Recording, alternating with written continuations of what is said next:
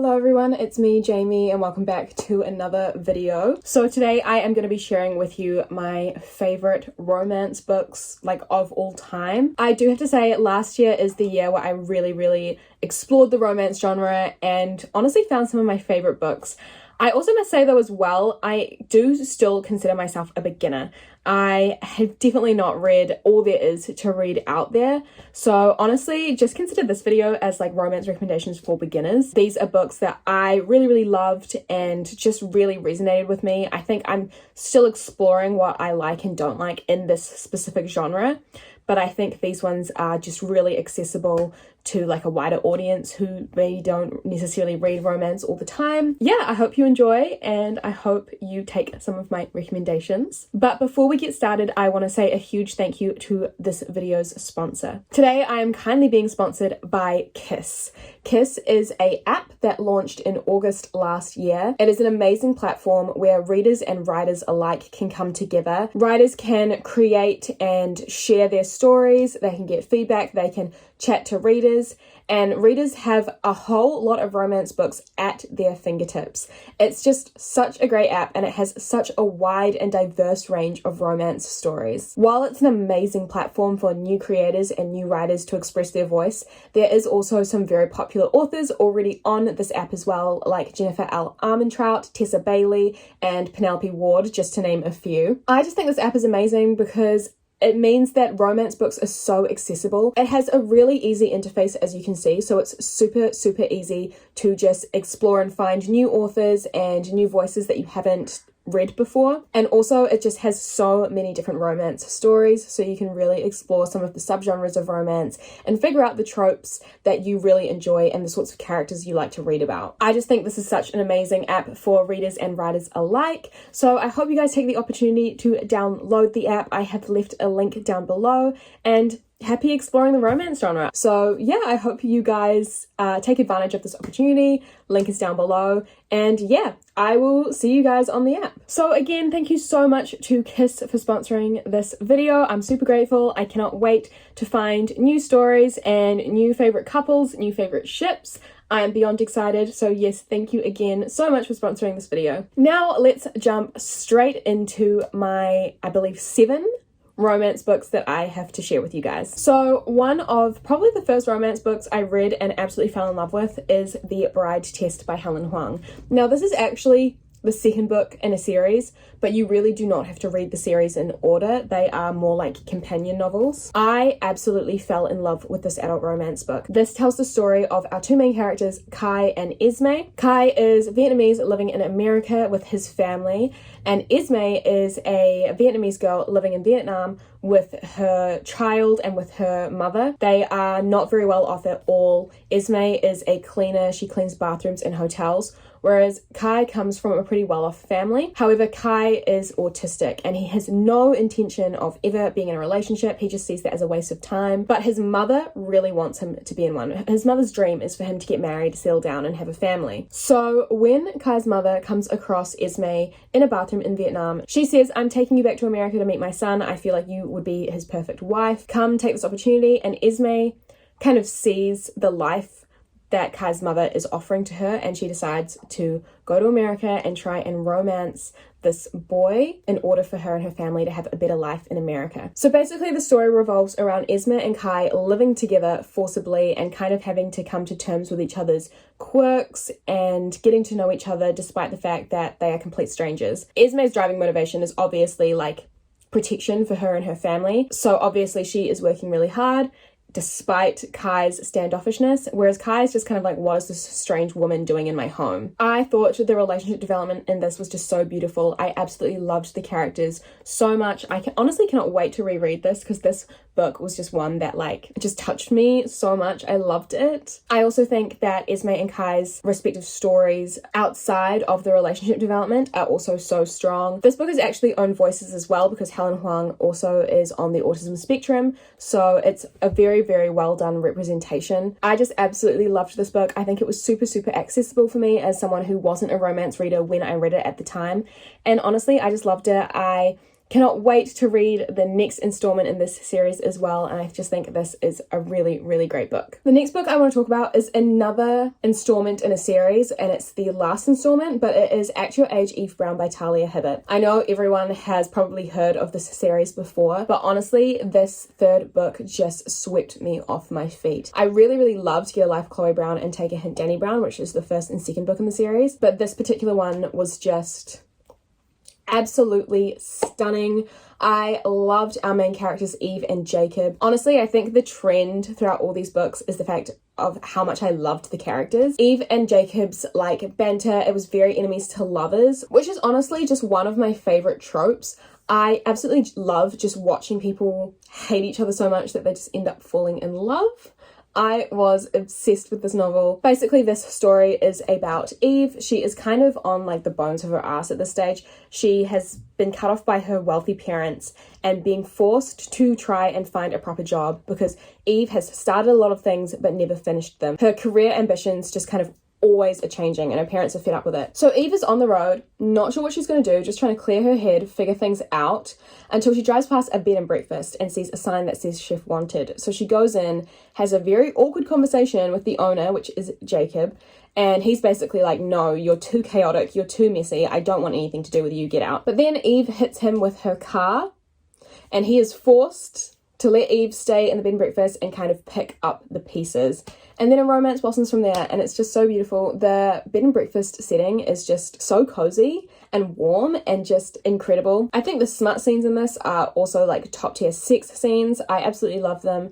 And I just think Eve and Jacob's journeys as well on their own through finding each other are just really, really beautiful. I absolutely love this book. You should definitely read the first two in the series because they are great, but especially so you can get to this one. I just love the Brown Sisters series and I cannot wait to read more of Talia Hibbert's works. Absolutely love her, absolutely love these, so I definitely recommend this book as well. The next book I want to share with you is probably one of my favorite books of all time, and it is From Lucof with Love by Mariana Zapata. This romance book is a romance between two figure skaters. Sorry, isn't that just stunning? Our main character Jasmine is she's getting older and she has yet to win a competition, a figure skating competition. So her coach decides it's finally time for her to try doubles, and she's partnered up with like this figure skating champion who also happens to be her worst enemy, and his name is Ivan. So they're basically training together to try and like win this competition while also hating each other but then falling in love. Like, hello, that is just everything.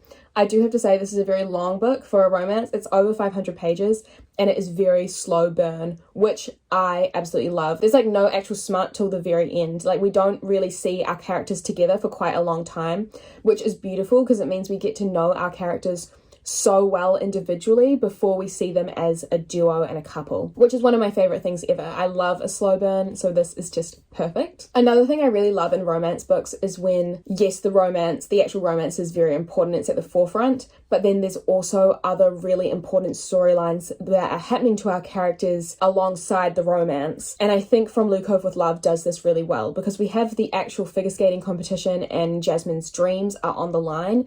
And also our main character Jasmine has got a lot of family stuff going on with her dad and her mum, and I think there's a lot of like family trauma there for her, so we're really watching Jasmine unpack that as well, and it just makes for really, really, really multi-dimensional characters, and it just makes you fall in love with them even more. I am just obsessed with this. I cannot wait to read more Mariana Zapata because I cannot believe this, but this is literally the only one I've read. This book is just everything to me. I love it so much, and if you take away any book from this, it has to be this one. This one is just absolutely stunning, and I love the way the characters speak to each other, and I just know these characters are sexy. I just know they're sexy. Absolutely love it, and yeah. Wow, I really seem to like enemies to lovers because the next book I want to share with you is The Honeymooners by Christina Lauren. I've read quite a bit of Christina Lauren now, and I feel like I don't really like their writing. I'm not a big fan of their romance novels, but I loved this. Basically, we follow our two main characters, Olive and Ethan. They are like worst enemies,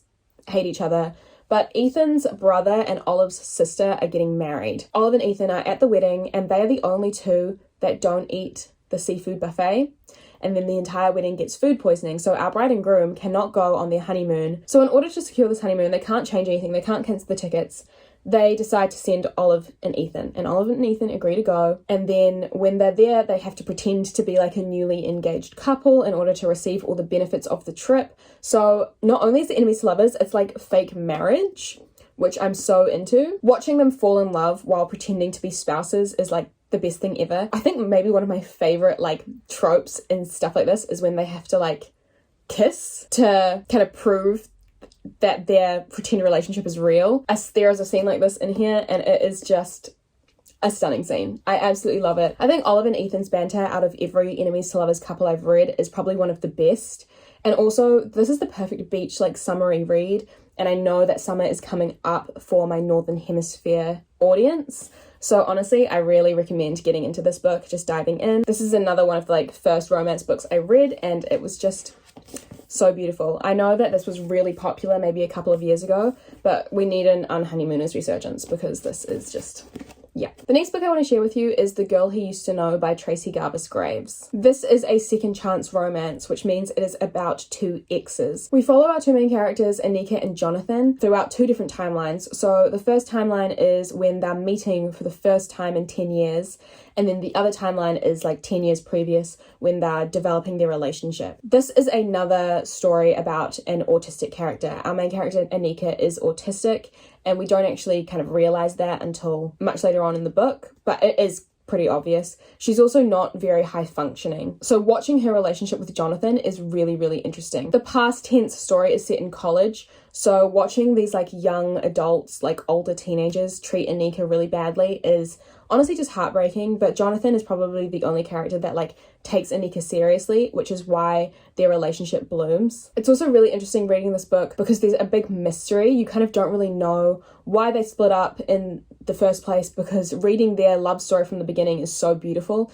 but once you get to the actual event, it honestly like took me by such surprise. It was so intense, and this novel just did a really, really beautiful job of telling this story. This is a book that just made me fall in love with the idea of falling in love again. It was so beautiful. Watching these characters on their journeys that they were on is something that was just really touched my heart. This is probably one of the more emotional books that I read out of the ones that I'm recommending to you today, but it's so worth it. I have seen some people didn't like it as much, but I just really like it. I think what sets this apart is that it's told quite differently to the other romance books. I wouldn't say that it's more like literary, but it kind of feels that way sometimes. I just love this book, and I think this is one that's just really good, and I definitely recommend it. And yeah, pick this book up. It's beautiful. And now going back to my enemies to lovers roots, the next book I want to share with you is The Right Swipe by Alicia Rye. This book is about two like competing dating apps. We follow our main characters, Rhiannon and Samson. Wow, the dynamic in this is probably like one of my favorite dynamics in a romance book. Rhiannon is like girl boss, building her empire. She takes no shit from anyone. She is a very, very, very strong entrepreneur woman. Like, we love her. And then Samson is like the sensitive, like soft soul, and honestly I just absolutely vibe with that. So obviously I knew I was going to love this from the get-go. Basically, this tells the story of Rhiannon wanting to build up her business of her dating app that she is the CEO of, and then she encounters that the person who is the spokesperson for the competing dating app is a man that she had a random hookup with who ghosted her, and she does not believe in second chances for men that mess up. So now that they have to work together, things are like very tense, and not just work together but also work against each other. She decides to give him a second chance, and they are working together in close quarters, and a romance blossoms from there. It is just stunning. I love these two characters so much. I must say Rhiannon is probably one of my favorite female protagonists in a romance novel. This book was just beautiful, and I think this is also a very good starting point for someone getting into the romance genre for the first time. It's not like too smutty, but the smut that's there is stunning. And honestly, I just love a woman that protects herself in the way that Rhiannon does. I absolutely love this, definitely recommend it, and yeah. And now the final romance book I have to share with you. If you have been watching my recent videos for a little while, this will come to no surprise, but it is Punk 57 by Penelope Douglas. This is a new adult romance book about two ex-pen pals, Ryan and Misha. They've been writing to each other for about 7 years, and then one day Misha just suddenly stops writing Ryan. She doesn't understand why. She doesn't She doesn't get it. He just basically like ghosts her through letters. They've also decided to never look each other up on social media, so she has no idea where to find him or anything like that. She knows his address, but they kind of created this rule that they were never gonna seek each other out because it might break the illusion that they have of this like best friendship. And then one day, this mysterious lip-ringed, tattooed boy arrives at Ryan's school,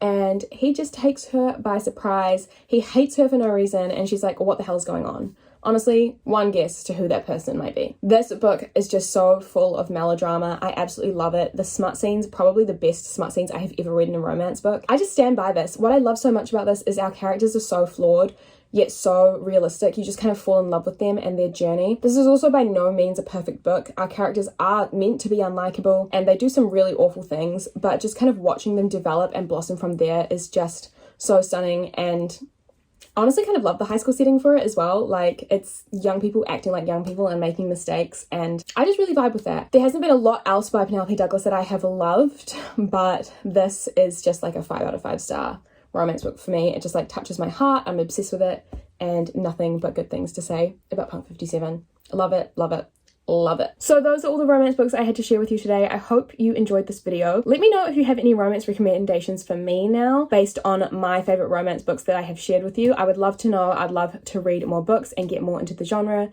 So yeah, thank you so much for watching. I hope you got some good recommendations. A reminder to download the app Kiss, which I have linked down below.